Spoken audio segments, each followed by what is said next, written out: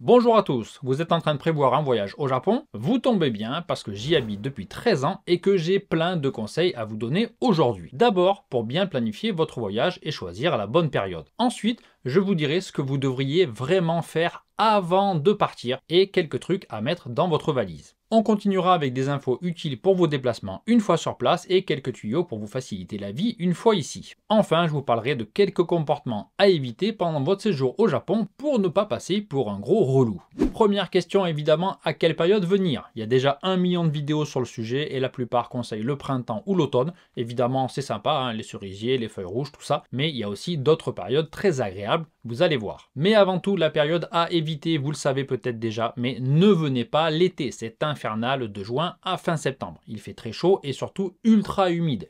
Tous les lieux touristiques sont blindés, les vols et les hôtels sont plus chers, donc à éviter autant que possible. En plus, l'été, il fait pas forcément très beau. Il pleut souvent en juin, en juillet, et en août-septembre, vous risquez aussi de vous frapper un typhon. Donc, soit il fera beau et vous crèverez de chaud, soit vous serez sous la flotte. Alors, au passage, si vous venez pendant la saison des pluies ou en plein été, prévoyez un sac à dos et des chaussures imperméables et sortez toujours avec un parapluie pliable. Ne faites pas trop confiance à la météo parce qu'elle donne toujours un pourcentage de chance de pluie, donc 10%, c'est pas zéro. S'il pleut, vous aurez été prévenu. En plus, l'été, il y a souvent des averses assez violentes, donc sac imperméable, kawaii, chaussures résistantes à l'eau ou chaussettes de rechange et parapluie, vous me remercierez. Si malgré tout vous venez quand même en été parce que vous n'avez pas le choix par rapport au congé scolaire ou à votre travail, faites-moi plaisir et allez aussi dans des coins plus supportables dans le nord ou à la montagne. Ne restez pas qu'à Kyoto, Tokyo et Osaka par exemple. Si vous pouvez, évitez au moins de venir à la mi-août, c'est les vacances de Obon au Japon. Cette année, ce sera du 10 au 17 août en gros,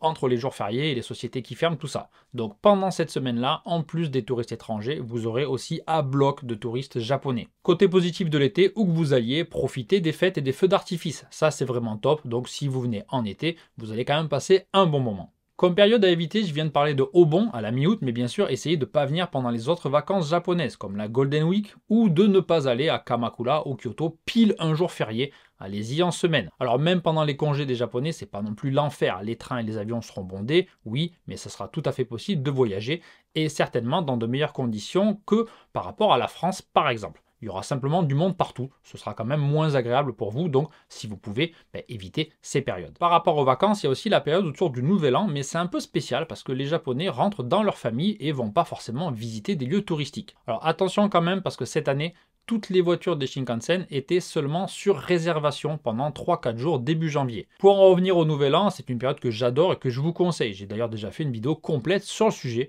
donc essayez de venir à Noël, au Nouvel An, à d'autres périodes moins populaires et pas forcément mars-avril pour les cerisiers ni novembre pour les feuilles rouges. Vous pouvez voir d'ailleurs des fleurs de prunier en février et aller voir des cerisiers qui fleurissent plus tôt. Il y en a par exemple à Kawazu dans la péninsule d'Izu qui sont en pleine floraison déjà mi-février. Donc si vous pouvez décaler votre séjour, vous pourrez quand même profiter des cerisiers en fleurs. Puis le Japon, c'est pas seulement Tokyo et Kyoto, même si j'en parle beaucoup. À travers le pays, les dates de floraison sont pas les mêmes, donc vous pourrez par exemple voir des cerisiers en fleurs dans le nord du pays jusqu'à fin avril. Autre conseil bateau, mais comme je viens de le dire, sortez des sentiers battus. Tokyo, Kyoto, Osaka, Hiroshima, Miyajima, Kanazawa, passez-y, oui c'est très beau, mais il y a des milliers d'endroits aussi ou plus beaux et vous aurez très peu de touristes, vous verrez des trucs originaux, vous profiterez mieux et l'accueil qu'on vous fera sera encore meilleur. Un mot maintenant si vous voulez monter sur le mont Fuji l'été. À partir du 1er juillet 2024, il y aura une limite journalière de 4000 personnes pour utiliser le sentier Yoshida, qui est le plus utilisé car le plus simple et le mieux équipé en termes de refuge, si je dis pas de bêtises. En plus, à partir de cette année, il sera interdit de monter entre 16h et 2h du matin, pour qu'il n'y ait plus personne qui rush au sommet pendant la nuit pour voir le lever du soleil,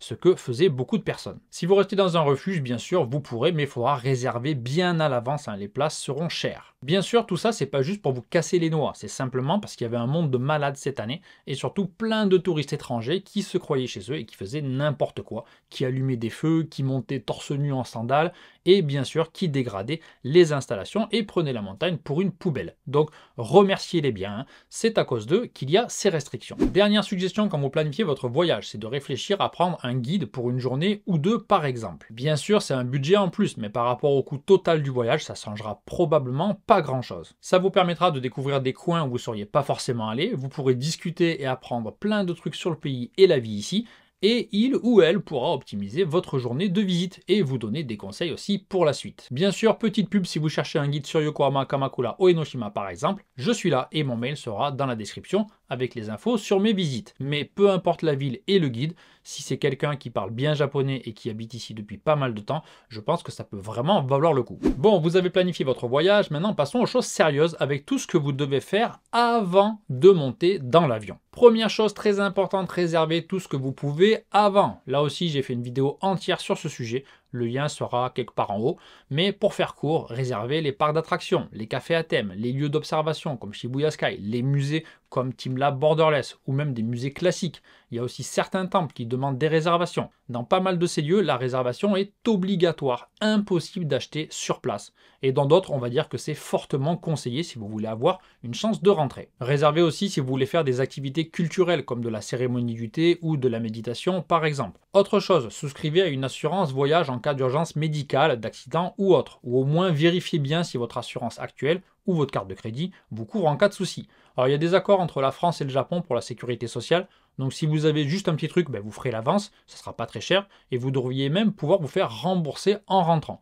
Mais en cas d'accident ou de trucs graves, vous ne saurez peut-être pas quoi faire, ni à qui demander, et vous n'aurez peut-être pas les moyens de faire l'avance, donc pensez-y. Un autre truc que je vous conseille vraiment de faire avant de venir, c'est simplement d'apprendre des bases de japonais. Vous pourrez très bien vous en sortir sans japonais, mais c'est pas la mort d'apprendre à dire quelques mots comme bonjour, merci, des phrases simples. Par exemple, je suis français, c'est bon, l'addition s'il vous plaît. Voilà, ça vous sera utile et surtout ça fera super plaisir aux japonais que vous croiserez. Autre conseil plus pratique, enregistrez vos informations de voyage sur le site Visit Japan Web dès que vous avez votre numéro de vol et l'adresse du lieu où vous resterez en arrivant. Comme ça, vous n'aurez pas besoin de remplir de papier pour l'immigration dans l'avion et ça vous simplifiera beaucoup les démarches en arrivant. Vous aurez un code QR et vous n'aurez qu'à le montrer. Prenez du Wi-Fi comme un Pocket Wi-Fi par exemple si vous voyagez à plusieurs, ou encore mieux une eSIM si vous avez un téléphone un peu récent. Vous aurez que les données, mais vous n'aurez pas besoin d'aller récupérer quoi que ce soit à l'arrivée, ni de vous trimballer avec un appareil et un chargeur en plus. Je pense que c'est le plus pratique, puisque vous pouvez tout installer sur votre téléphone avant d'arriver au Japon. Sinon, vous pouvez aussi rien prendre et utiliser le Wi-Fi gratuit. Si vous restez dans les grandes villes, il y en a absolument partout. Dans les hôtels, évidemment,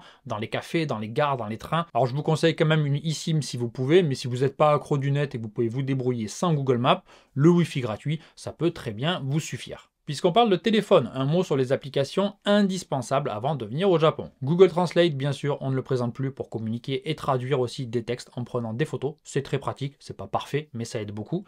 Line, si vous voulez faire des rencontres et communiquer avec des Japonais. 100% des Japonais utilisent Line. Messenger, WhatsApp, ça existe, mais c'est presque pas utilisé. Donc, faites comme tout le monde, prenez Line, ce sera plus simple pour vous et pour les gens que vous rencontrerez ici, les Japonais ou les résidents. Ensuite, il y a l'application Japan Travel by Navitime, qui nécessite une connexion internet et qui permet de connaître les horaires de train, de savoir quelle ligne prendre, mais pas seulement. L'appli est super complète et permet pas mal d'autres trucs aussi. Par exemple, on peut choisir son pass de train régional pour chercher un trajet et ça vous indique les trains compatibles avec ce pass. Au passage, pour connaître les horaires de train ou de bus, Google Maps fait aussi ça très bien. Vous n'avez pas besoin d'installer d'autres applications.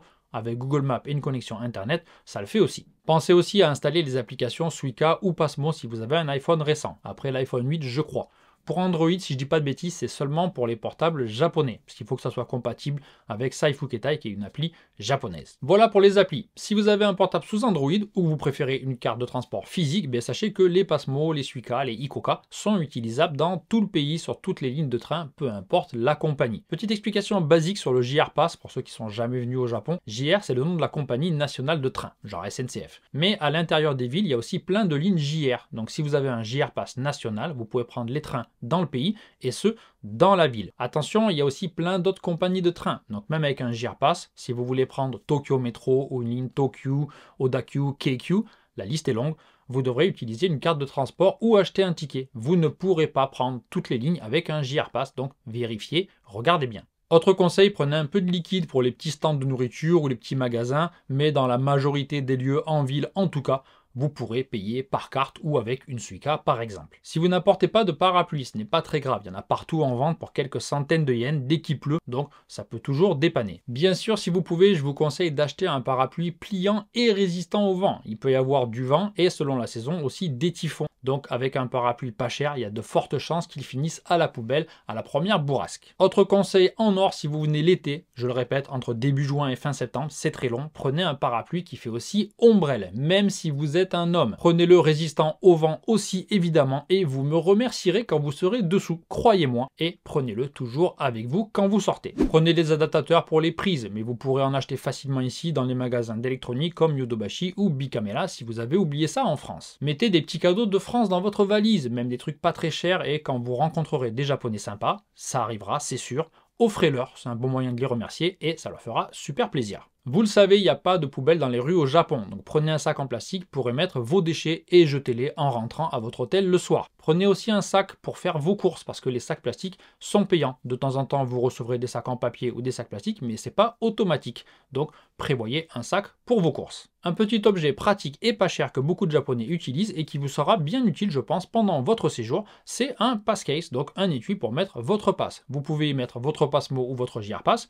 et ça vous évitera de sortir votre portefeuille à chaque fois que vous voulez l'utiliser. Vous l'accrochez à votre sac et c'est réglé, il sera toujours à portée de main. Pendant votre séjour, vous allez probablement visiter l'intérieur de temples, de sanctuaires ou autres, donc vous risquez de devoir vous déchausser assez souvent. Donc mettez des chaussures faciles à enlever et portez des chaussettes propres et pas trouées. Dans certains restaurants aussi, on doit enlever ses chaussures, c'est pas partout, mais ça arrive, donc soyez prêts au cas où. Si vous êtes inquiet des séismes, en plus de regarder ma vidéo sur ce qu'il faut faire en cas de tremblement de terre, vous pouvez aussi vous acheter un sifflet à garder sur vous au cas où. Il y en a dans les magasins à 100 yens, donc pourquoi pas, ça vous coûtera pas cher et j'espère que ça ne vous servira jamais, mais on sait jamais. Voilà, petite pause syndicale avant de continuer. Si vous aimez cette vidéo et que vous voulez me payer un café pour me remercier, vous pouvez le faire indirectement avec le bouton merci sous la vidéo. Et si vous souhaitez m'aider activement à continuer cette chaîne, vous pouvez devenir membre de la chaîne par ici aussi ou me soutenir sur Patreon. Les infos seront dans la description. Un grand merci d'ailleurs à ceux qui m'aident régulièrement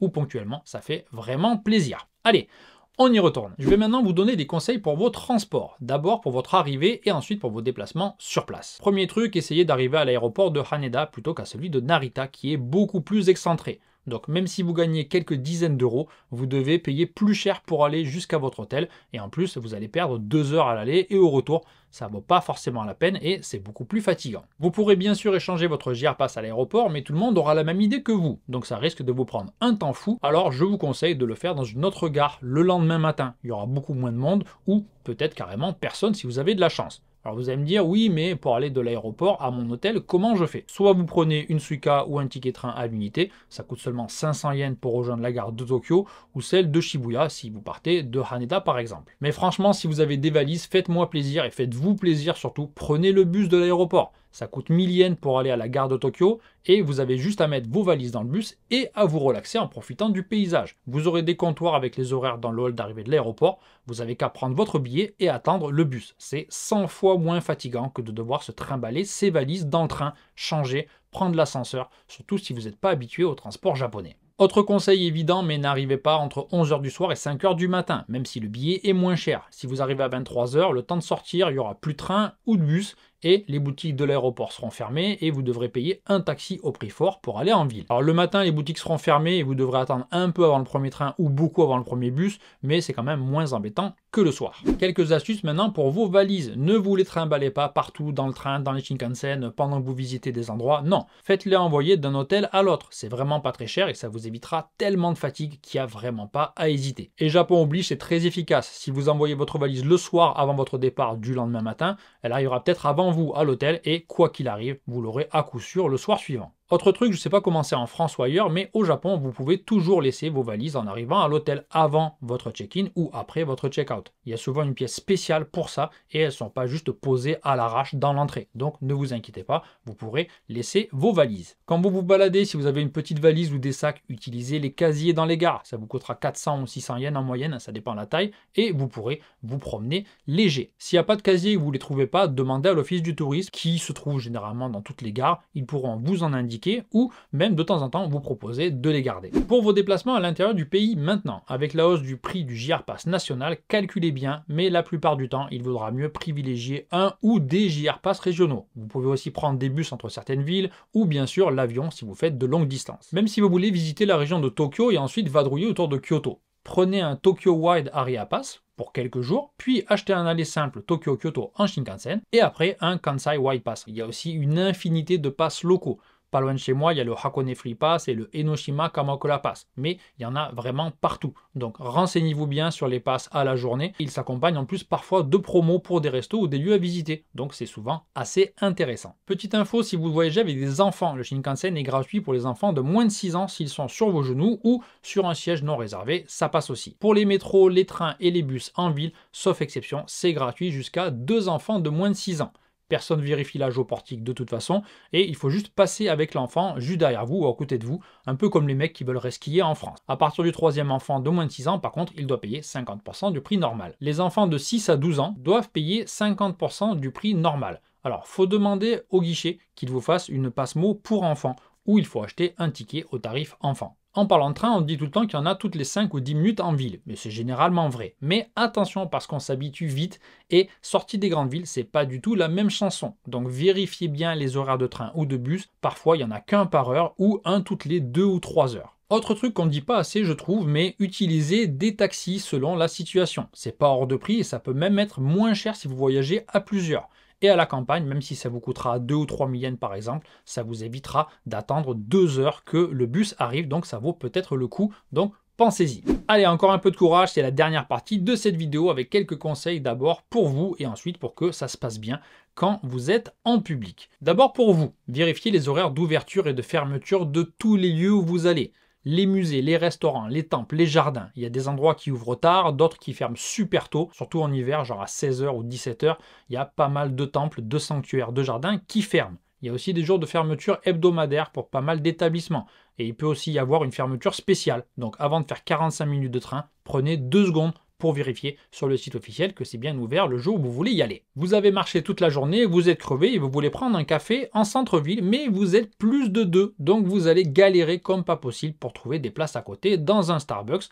Donc plus vous serez nombreux, plus vous aurez intérêt à aller dans un autre type d'endroit.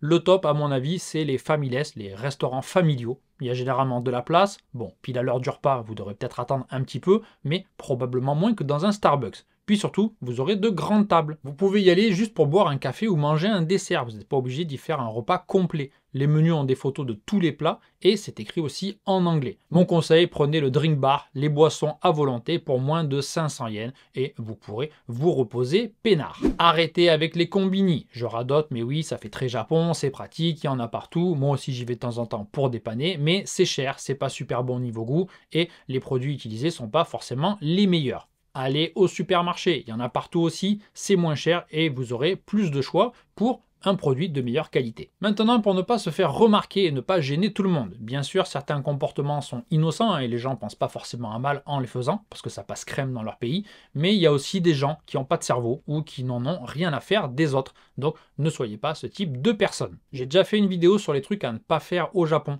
elle sera par ici ou par là, donc je ne vais pas tout répéter, mais revenir simplement sur 1 ou 2 points et rajouter d'autres trucs qui sont mal vus ou qui sont carrément insupportables. D'abord, ne gênez pas le flux des piétons, genre en vous mettant à 5 en cercle pile devant un escalator ou en vous arrêtant net devant le portique du métro. Les Japonais et les résidents comme moi, en fait, on est comme des fourmis. Le flux de personnes doit fonctionner, rien ne doit se mettre au milieu. C'est des automatismes et si quelqu'un fait un truc différent et s'arrête à un endroit où les 10 000 personnes derrière ont l'habitude de passer, ben ça va pas le faire, vous allez gêner tout le monde. D'une manière générale, pour éviter de casser les pieds de tout le monde, c'est pas compliqué. Suivez le mouvement, regardez le sens de la marche des gens et observez autour de vous 5 secondes avant de vous lancer. Un peu comme quand on s'insère sur une file d'autoroute si vous voulez. Alors je sais que vous êtes tous allergiques à ça, mais si vous êtes malade, que vous toussez, que vous éternuez à cause d'un rhume ou d'allergie au pollen par exemple, mettez un masque dans les lieux fermés, surtout dans les transports en commun. Mettez votre sac à dos devant vous dans le train et le bus si c'est plein. C'est pour prendre moins de place et pour éviter de cogner quelqu'un avec en bougeant. Même si le train est plein, il y a toujours de la place. Rentrez simplement en marche arrière, vous verrez, ça passera tout seul. Une fois entré dans un train, ne restez pas en plein milieu devant les portes. Beaucoup de Japonais le font aussi.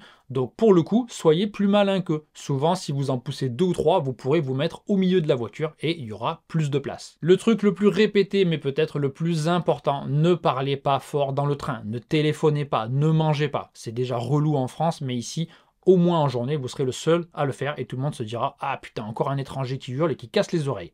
Alors le soir, vers les derniers trains, il y a des Japonais un peu bourrés qui parlent fort, donc ça ira. Mais la journée, s'il vous plaît, ne le faites pas. Ne vous asseyez pas par terre dans la rue ou dans la gare. Combien de fois j'ai vu des groupes d'étrangers faire ça, que ce soit des adultes ou des gamins. Donc, s'il vous plaît, évitez, c'est vraiment la honte. Pour les tatouages, vous le savez, dans la plupart des onsen, c'est refusé, mais certains lieux les acceptent, et dans d'autres, si vous avez un patch pour les cacher, ça le fait aussi. Ailleurs, tout le monde s'en fout honnêtement, si vous êtes un touriste occidental, si vous avez des tatouages, que ce soit au resto ou ailleurs, personne ne vous regardera de travers. Dernier truc, on dit souvent qu'il ne faut pas faire ci, il ne faut pas faire ça, et je viens d'en remettre une couche, mais ne soyez pas non plus psychorigide et stressé. Ça va bien se passer, vous n'êtes pas japonais, et les locaux ne s'attendent pas à ce que vous fassiez tout à la perfection. Faites juste attention à des règles de politesse de base qui devraient être suivies partout sans qu'on ait à le dire, que ce soit en France ou au Japon d'ailleurs, et tout se passera très bien. Ah, et ne croyez pas tout ce qu'on dit sur le net et recoupez les témoignages, et le mien également. Par exemple, je l'ai déjà dit, mais le liquide n'est plus roi au Japon. Pas besoin de vous balader avec 300 000 yens en cash. Pour payer, mettez votre argent sur le petit truc devant la caisse, oui, mais on vous le rendra très souvent directement à la main. Donc c'est pas la mort si vous tendez l'argent. Ne pas se moucher en public, c'est peut-être vrai pour les Japonais, mais si vous vous mouchez, personne ne va faire de syncope. On peut pas faire d'addition séparée. C'est n'importe quoi. Bref, il y en a des tonnes, je vous mets des liens vers des vidéos que j'ai faites sur le sujet qui font un peu le tri sur tout ça.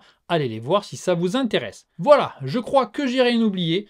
Vous êtes prêts à partir au Japon, alors bon voyage à tous et peut-être à bientôt au Japon.